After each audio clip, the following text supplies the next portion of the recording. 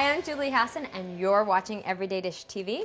Today, we are making a recipe out of my new cookbook, Vegan Diner. I am so excited that this is out. It is hot off the presses, and it's all your favorites from diner restaurants made vegan.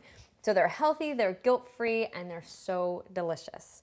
So today we are making the 2-pepper gravy from the book.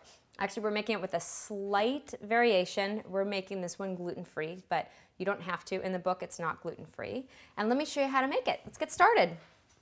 Okay, to begin with, you're gonna need a saucepan, medium size, so about this size is great. And we're gonna start off with some nutritional yeast flakes. Now, don't worry about the measurements because the recipe is on our website, everydaydish.tv, or you can buy the book and the recipe will be right in the book.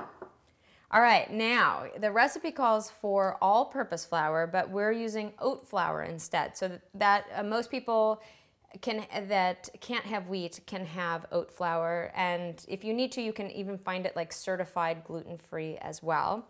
So we're putting that in there. And you can also grind your own oat flour if you take regular rolled oats and put them in the blender and grind them till they're fine and fluffy and flour-like. So that works too. Now we have some garbanzo bean flour. So this gravy is really healthy. It has a lot of fiber. It has a lot of protein in it. It's really good for you. So next, we're gonna add some salt. And I use a fine grain sea salt. I'm gonna use a little white pepper.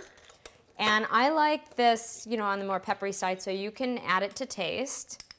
The recipe calls for 1/4 teaspoon. And I really like this one from Penzeys. Their spices are really good. And then some freshly ground black pepper. And I like to do that from a mill. I just think it tastes better. But you don't have to. All right, and then we're gonna whisk these together like so. You just kind of wanna mix it pretty well.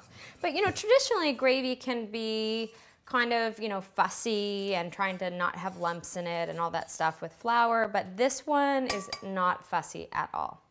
You could just use a little whisk and it works great. Okay, now we're gonna add our water. And I add a little bit and then whisk it until it's smooth and then add the rest. I just find that it's easier to get any potential lumps out of that. So we have our water. Now we're gonna add in a cup of unsweetened soy milk. Make sure it's unsweetened soy milk. You want unsweetened plain. You don't want this to have any sweetness to it. It wouldn't be good. All right, and then we have a little wheat-free tamari, but if you're not making it wheat-free, you can absolutely just use soy sauce, which is what the recipe calls for. So we whisk this together, and now we're gonna take it over to the stove. Okay, and over a medium, let's see. We're gonna start at medium to medium high. You don't want it too hot, but you don't want it too low. And we're just gonna whisk on occasion until it starts to thicken. Okay, see now it's nice and thick. And I did turn down the heat a little bit because I didn't want the gravy to burn because of the soy milk in it. So I did turn it down just a little bit at the end, and it took me about 5 minutes of cooking it and whisking it pretty regularly to get it like this. So now, before we do anything else, if you want to make it a little richer, you can add in a tablespoon of Earth Balance, just to give it a little richness, but honestly, it doesn't need it unless you feel like you want some, you know, and it makes it really good. But if you're looking for something low fat, you don't have to add it in. So I just added a little bit, whisk that together. All right. Let's bring it over here. We've got our gravy. This stuff is so good. I literally could eat it with a spoon. And now I'm gonna put it over a baked potato, but it's fabulous over mashed potatoes or sliced seitan or even a seitan sandwich.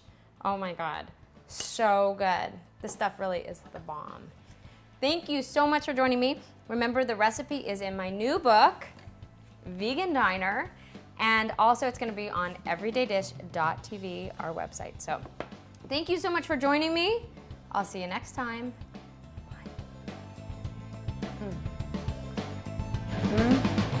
Try this over French fries.